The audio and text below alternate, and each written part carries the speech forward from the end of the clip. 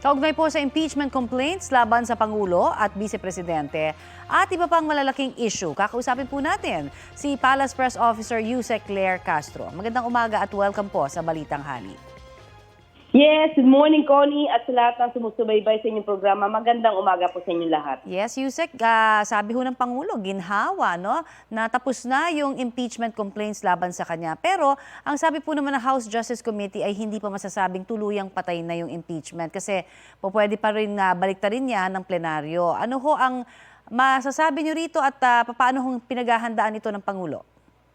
Yan naman ay proseso at iginagaling ng Pangulo ang proseso. Pero kahit pa hindi siya nagsisimula ang hearing sa Committee on Justice, alam naman ng Pangulo na wala siyang ginawang anumang impeachable offense. At ito naman ay nakita at nadinig natin mula sa hearing na ang ibang sa mga mababatas ay talagang kinakitaan na walang anumang basihan kung hindi gumawa lang ng konklusyon laban sa Pangulo. So masaya po tayo na nakikita po nila ito.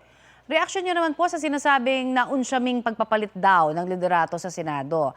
Posible ho daw kayang may kinalaman ito sa impeachment complaints laban sa Presidente at Vice Presidente kaya? Hindi natin masasagot kung ano man ang kanilang layunin dito, pero ang mga nangyayari po sa Senado ay kanila pong pagdidesisyon. Nakita po naman natin sa mga interview ng mga senador na sila mismo ang nagkakaroon ng pagpapasya kung ano po ang nangyayari dyan sa Senado. At sa lumabas po na draft report naman ng Senate Blue Ribbon Committee, ilang pangalan ho ng kasalukuyang senador ang kasama sa mga inirekomendang pakasuhan. Inaasahan na po ba ito daw ng Pangulo kaya? Sa records po ng DPWH at ng ICI, ang mga pangalan na yan din po ang lumalabas na pinaiimbestigahan po. Tama po si Senator Lacson na sila po ay ilan lamang sa mga iniimbestigahan na po. May preliminary investigation na po na nagaganap, lalo-lalo na po dito sa DOJ.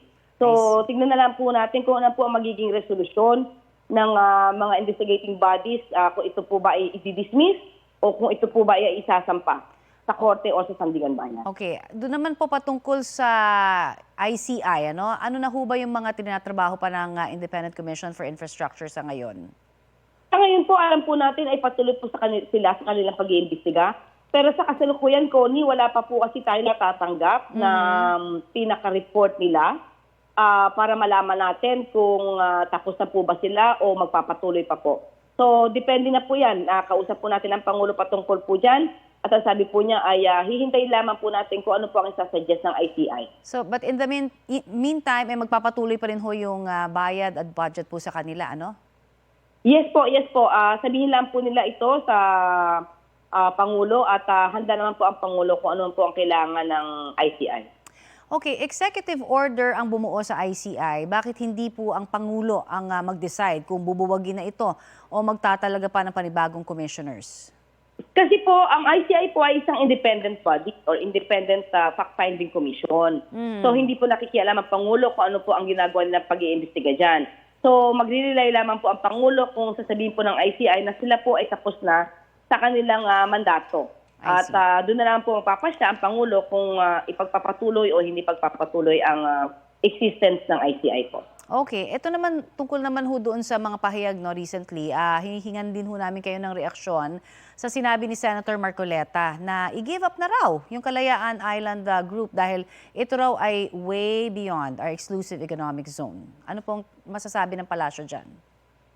Kung ano man po ang interes at ang ikabubuti po ng ating bansa, kung ano po ang ipinaglalaban natin at alam natin kung ano yung atin, ipagpapatuloy po ng presidente ang kanyang polisiya na ipaglalaban natin even an inch of our territory ay hindi po natin isosurrender sa anumang foreign powers.